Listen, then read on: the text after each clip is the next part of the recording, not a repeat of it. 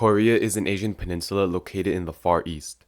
Since 1945, it's been divided between North Korea, officially the People's Democratic Republic of Korea to the north, and South Korea, officially the Republic of Korea to the south. Between the years 1950 to 1953, both nations engaged in a conflict known as the Korean War. During the Korean War, the United States backed the South, going as far as to send American troops to fight in the conflict. American General Douglas MacArthur was put in charge of the Korea campaign, and he had a very devious plan to quickly win the war.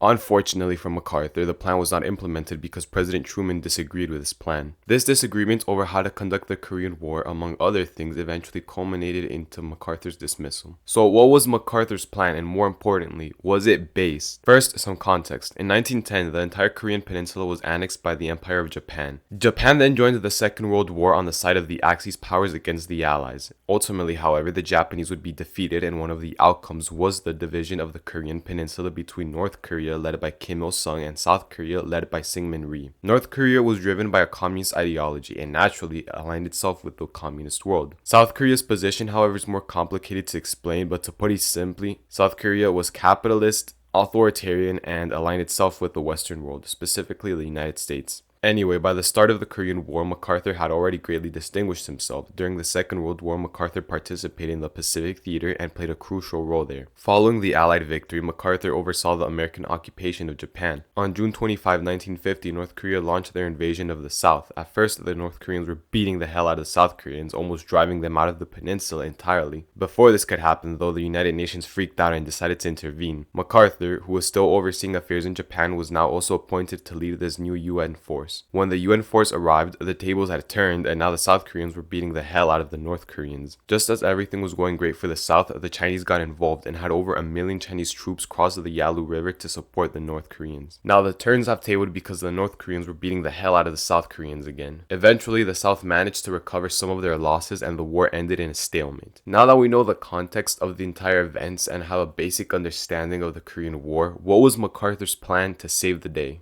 America would kick things off very big by dropping 30 to 50 atomic bombs along southeastern Manchuria. The bombs were meant to target air bases and other depots. This was intended to knock out China's air power. Then MacArthur would have invited 500 to 600,000 of Chiang Kai-shek's nationalist troops to land in Korea.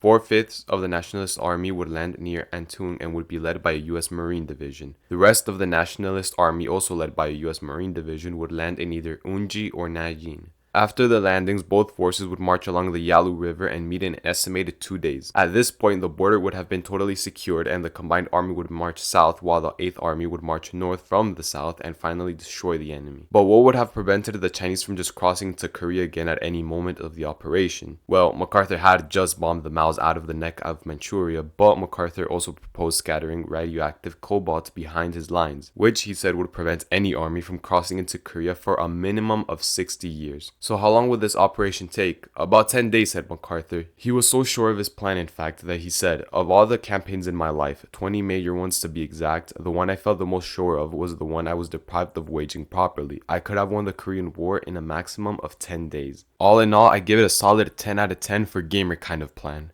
But is it real? I first learned about MacArthur's plan for Korea through a meme. Yeah, I know. And when I started doing the research for this video, the first information I encountered seemed to have supported being true. But as I dug deeper, I discovered there's a whole debate around the detail of whether MacArthur actually advocated for the use of nuclear weapons in China. So who's right? I'm not addressing the full debate in this video, but based on my research, there's some truth to both sides, and I'll give you a little insight into the debate. The claim that MacArthur wanted to use nuclear weapons is based off an interview where he stated he would have dropped about 30 to 50 atomic bombs in Manchuria, as I mentioned. However, this interview took place years after the Korean War, and after reading into the other side of the argument, it appears that during the Korean War, MacArthur never even made a formal proposal for the use of nuclear weapons. So yeah, there's a lot more to the discussion, so if you wish to know more and go down one of history's countless rabbit holes, I recommend starting by watching this video by the MacArthur Memorial YouTube channel and reading this article by Digital History.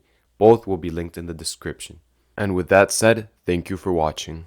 So now it's goodbye Maria, I'm off to Korea, far across the sea. It's the same old story and it's up to Old Glory to win another